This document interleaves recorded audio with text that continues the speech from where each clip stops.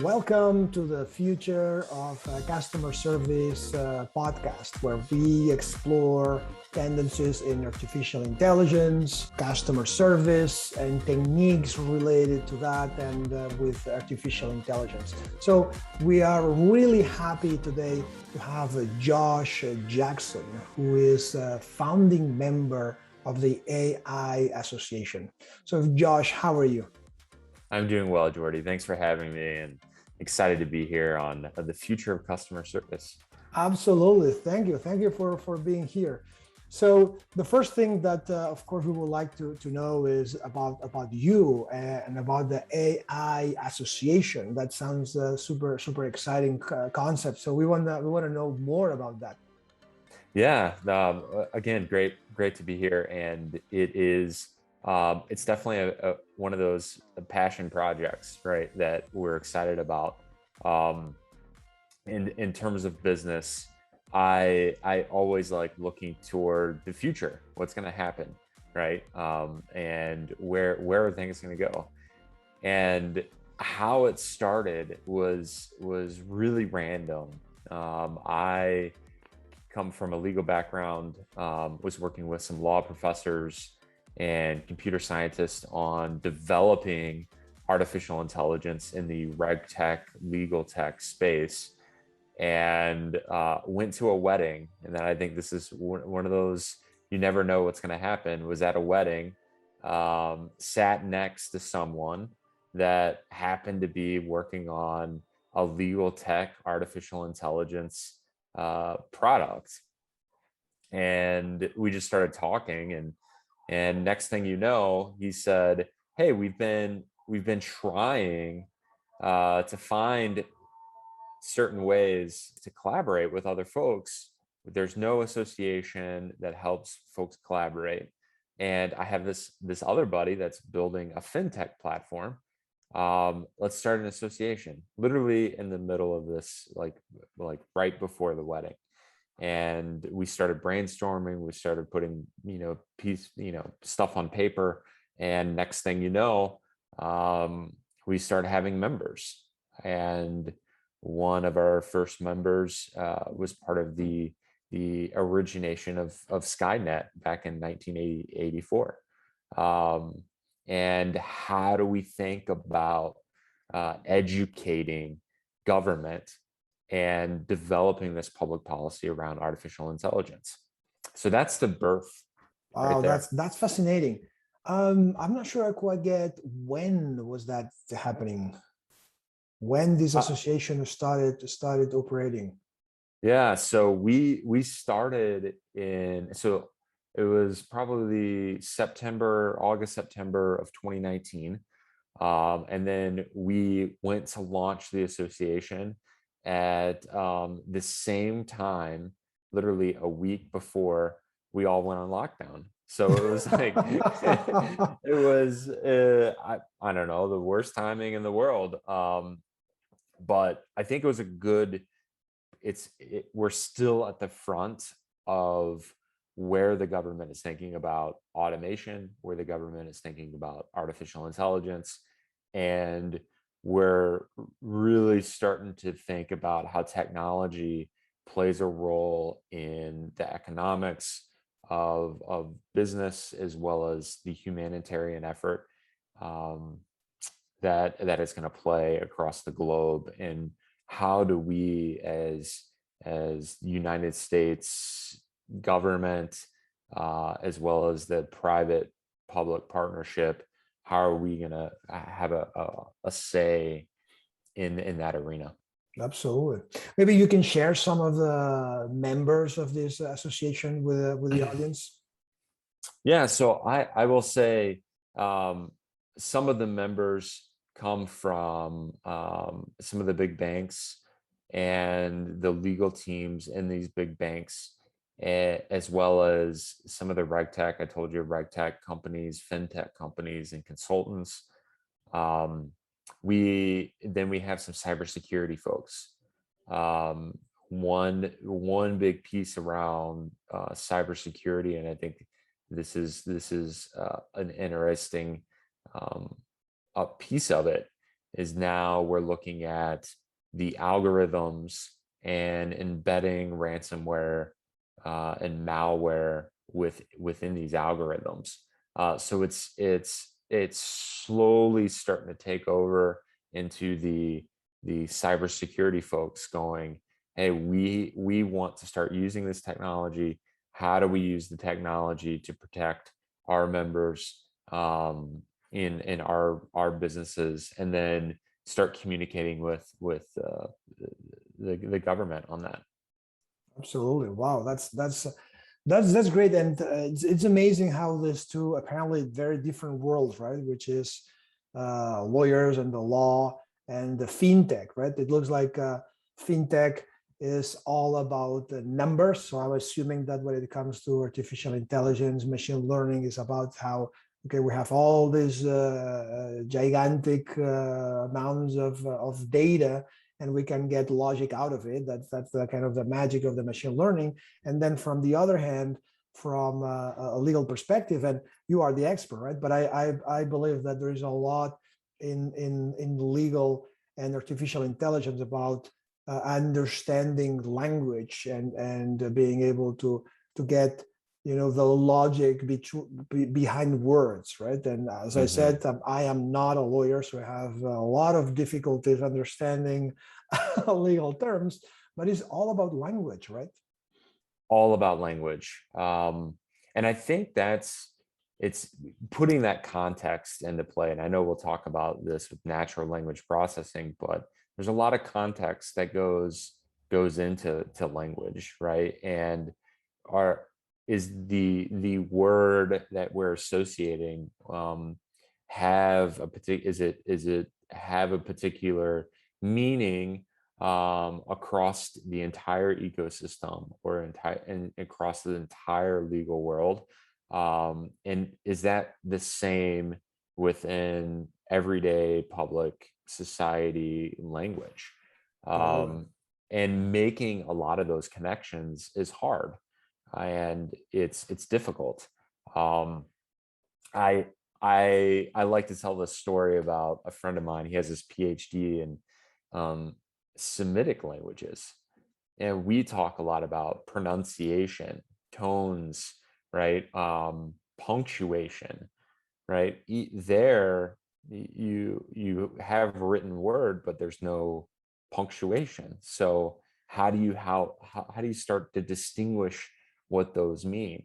Here in the US, you put one comma in the wrong place, it could cost you $1 million, right?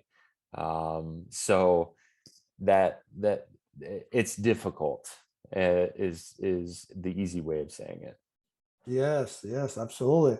So, and the space of kind of having machines understanding human language or natural language, the way we in the space we call it, is the space of natural language processing, right? So it's the capacity to take something that is inherently kind of stupid, which is a computer, which is a big calculator with a lot of memory. That's what it is at the end of the core, and trying to make it behave as if the computer is understanding us and making sense of our questions and answer questions in a way that we would do. Because if we can pretend from all perspectives that a software or a computer program we pretend that is intelligent, then hey, it's intelligent, right? That's kind of a.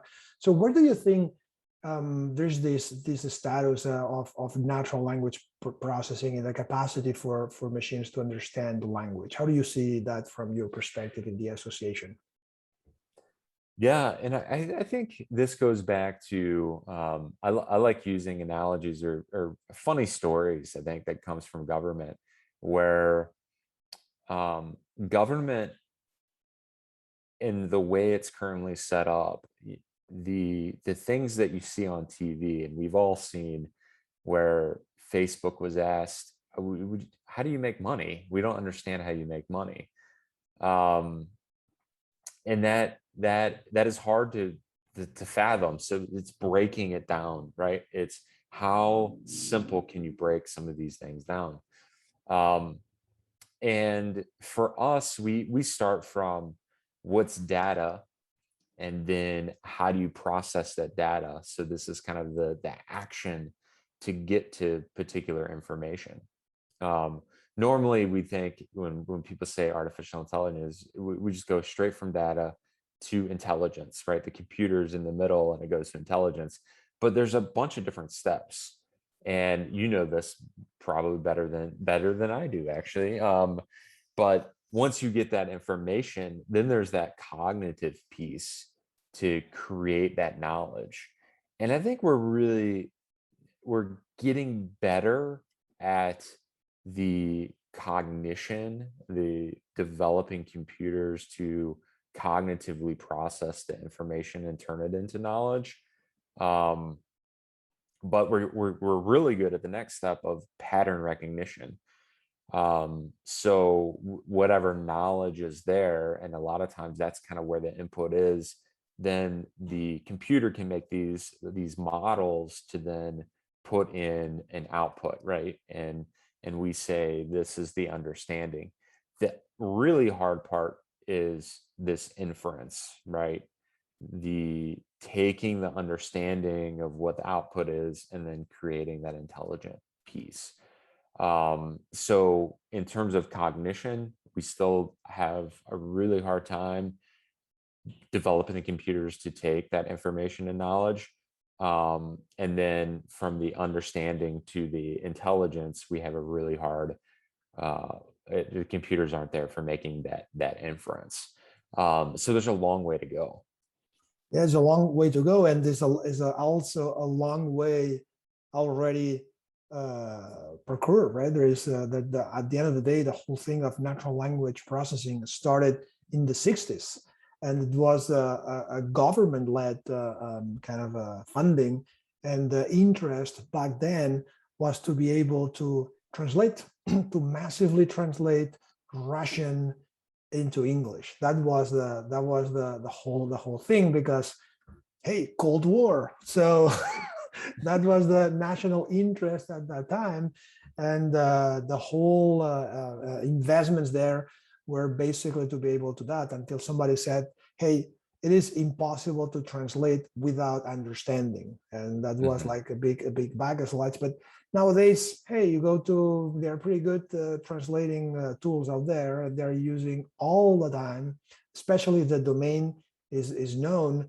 and they work. I'm not sure if Google Translate actually understands what I'm saying, but translations are mostly all good enough, I would say. So I think that's the whole mantra about artificial intelligence, is making sure that, you know, what they do, only humans can do it, and they do it good enough, so you know, they can take kind of boring stuff out of our plate, so we can work in other more interesting things, right?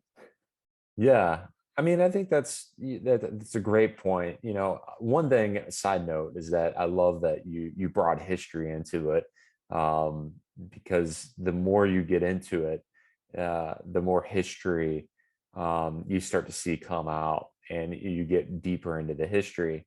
And I'll say, from a social intelligence standpoint, in going through sort of this processing, the cognition piece, I really started digging into the social intelligence of the British rule in India in 1870. So if you go even, you go that far back, um, you start to see how you have all this information, but it's all kind of like coming at you from different way. Um, what's the word that I'm looking for? It's coming at you in a decentralized form. And now you have to start making this pattern recognition. Well, they were doing it then. And then you go even further back into antiquity, like way back, they were developing their own algorithms, right? So to 2500 BCE, they've already developed algorithms. So it's now just starting to catch up on these pieces. And now if you can compute at a faster rate, then hopefully the program will continue to learn and hit all those points, cognition and inference being the two hard ones, and create intelligence. So The word algorithm comes from Arabic, right? So it's been there for a long time. Listen, that's fascinating, and one of the areas that, of course, we at Invent are working, but there's kind of a whole explosion now of vendors and technologies is the conversational AI. So it's not only okay, how can I translate text, and how can I have a search that is intelligent, but how can we have a software or computer that intelligently is able to engage in a conversation? What is your vision of that from within the association? What kind of maybe members do you have? What's the kind of the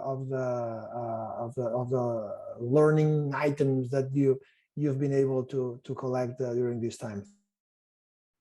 yeah, and I think in terms of so you're talking about the artificial intelligence conversing, not what the conversations have been like around artificial Exactly. intelligence, It's right? about chatbots, right? So you go, Yeah. and now they're the fancy name for chatbots is conversational AI, but it's a chatbot, which is a name also used, I think, for the first time in the 70s and the 80s. So it's been a long time. There was Elisa, right, the first Yeah. intelligent chatbot. But Yeah. but how is that going along? What do you think? Yeah, I mean, I think it's getting I think the adoption hasn't been huge. I think it's it the market is right for it.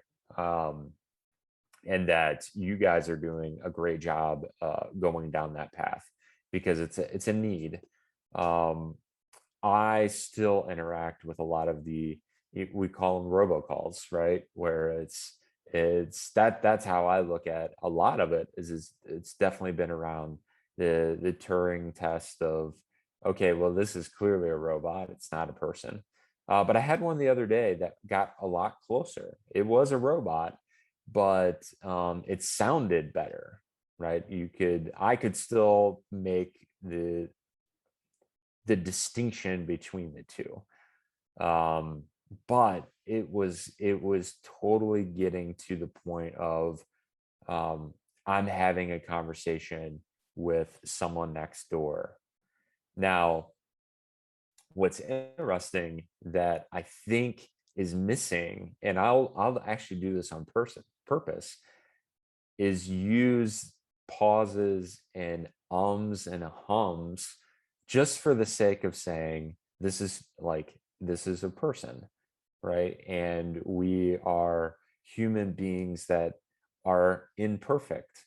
And I think a lot of times with artificial intelligence, everything wants to be completely error free, which takes out the human element of the imperfect. Does that make sense? I don't even know if that answers your question, but that's kind of how we've I think seen it. it does, and it's kind of and that relates to what I believe you said before. You were kind of what is the word that I'm looking for? And I can't imagine a computer saying that. It's like, dude, you you have the fastest memory in the planet. You have to find the word in milliseconds, if not, or nanosecond, right? That's great. And in this space, right? So we know you guys work with fintech and with the law space and many other areas. What is the space of the coverage of your association when it comes to customer service and AI? Yeah. I don't think I mean we focus a lot on what does the law look like. Um in terms of customer service, we haven't spent a lot of time, but I'll use one example that gets us closer to customer service. And that goes back to the humanitarian aspect. And for me, I mean, I like putting the two and two together would be humans, humanitarian, customer service, kind of all, you know, go hand in hand. Um, we're collaborating with Georgetown Law in some of their tech work. Um, and before I get there, we've collaborated with some smaller institutions, and as well as Emory. Like, I'm an Emory alum. So Emory University is in Atlanta, Georgia. Some people don't know that. I'll put a plug out there for that. Um, and then Carthage College, which is in Kenosha, Wisconsin, so small liberal arts school. But they have a big NASA contract. They have a wide reach around NASA. And so if we move into Georgetown, Georgetown Law is right down the street from the Capitol. And that's where a lot of these sort of policymakers interact. And in terms of customer service, we're really thinking about how artificial intelligence is being used with Afghanistan. And we're thinking about, and this is big, right? But it's a need. How is the Taliban using social media and technology to interact with people that they rule over? And I think the hard part for public policy is you have to think, and law, is you have to think about every aspect, right? So we go back to that comma, which is $1 million. If we're not having the conversation about customer service, then we're basically getting rid of a huge part of the population that is going to be using artificial intelligence. It's going to be interacting on previous laws of discrimination. So you got to think about discrimination. You have to think about privacy. So we're looking at it right now as a sort of a narrow piece, and I use that kind of loosely here, but a narrow aspect of artificial intelligence on, okay, it's currently happening in this scenario, and how is it being used to affect a particular group? And once we learn more about that, then I think from an association standpoint, we can start having a broader conversation about customer service in general. Absolutely. Wow, that's fascinating. And I indeed didn't expect that to come to talk about the Taliban, right? So that's amazing how everything at the end of the day is connected. So how do you see the future of artificial intelligence in particular, and the how the role of the association can be in it? Yeah, so I see a really good future for artificial intelligence. We see businesses putting a lot of effort into it. Your business is one example of that. Um, Governments are putting a lot of emphasis on it. So if you kind of already look at the history, the European Union is playing a huge role in how they think about regulating artificial intelligence. They've done a great job at kind of like pushing forward with GDPR. And now it's just a staple, right? It's a staple that everybody has to think about, from Canada to the US, all over the globe, on what that looks like. In terms of the US, you see that they've been thinking about it from the defense authorization, the National Defense Authorization Act. You see it happening in the previous administration, through the Trump administration.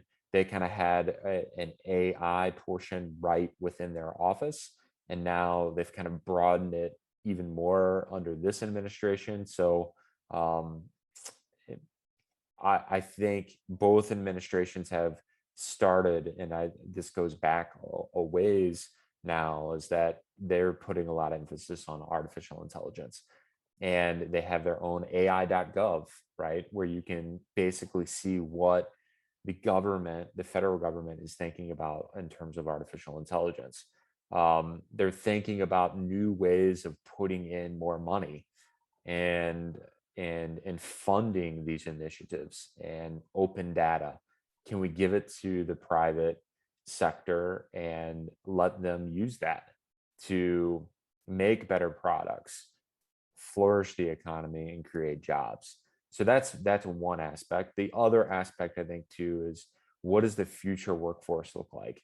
We've seen the data through surveys, and self-reporting of different groups, that they want to hire folks that have an understanding of artificial intelligence. This could be from the sales team to the customer service to the programming team. If you know something about it, then you have a higher likelihood of getting a job, having that career, because it's just going to be a part of everyday life of interacting with computers.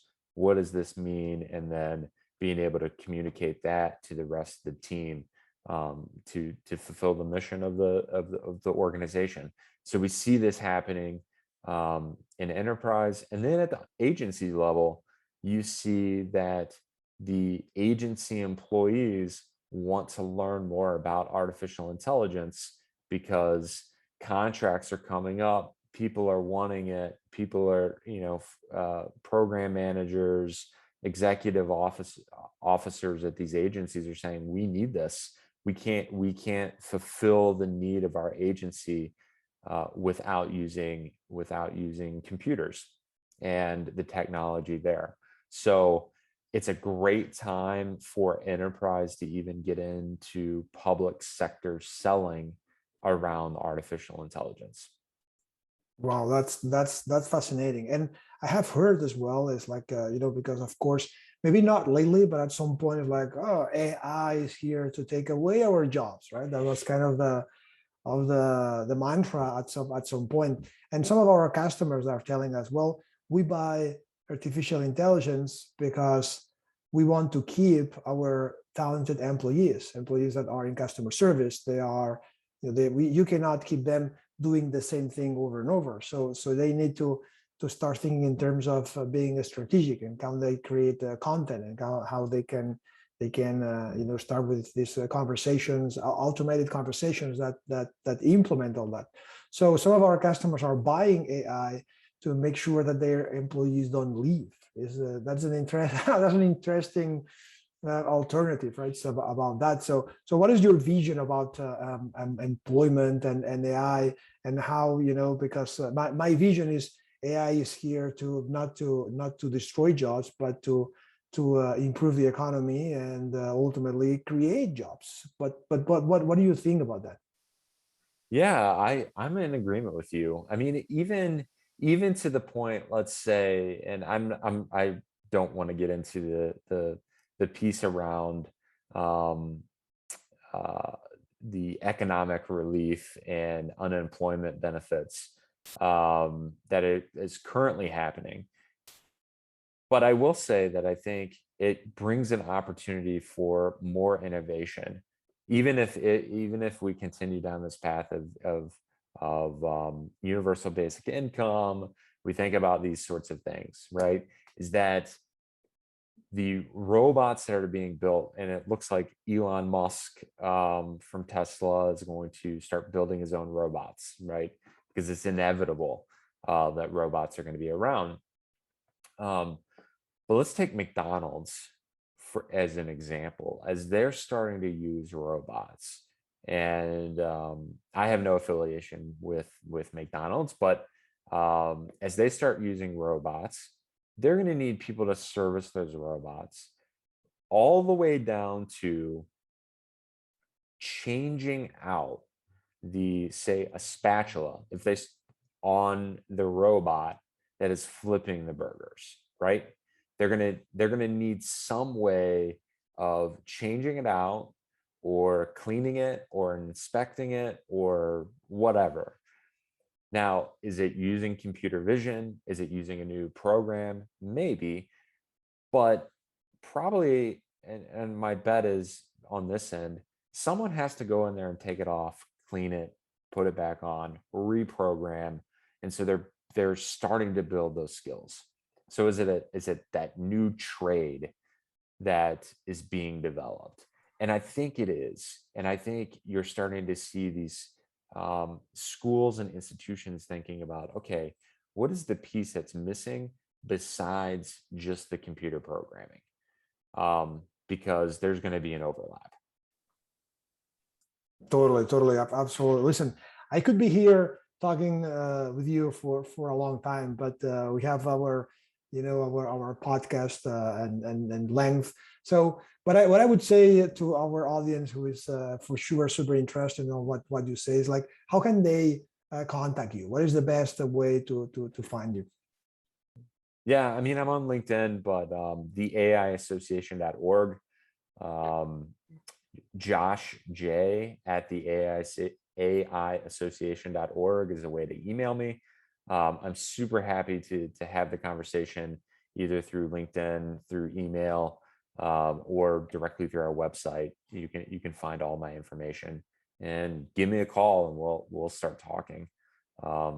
Because like you said, the public policy piece is what I love. It helps drive these initiatives. It helps build your business as we move forward to get the adoption of government thinking about the benefits of artificial intelligence. Absolutely. All right. Thank you so much, Josh. I'm pretty sure that you're gonna get some inquiries about that because the topic it's been amazing. All Thanks, right. Jordy. Absolutely. Thank you for being with us. And for the audience, get excited for our next episode about the future of customer service that's going to go live very soon. Thank you. Goodbye. Bye bye.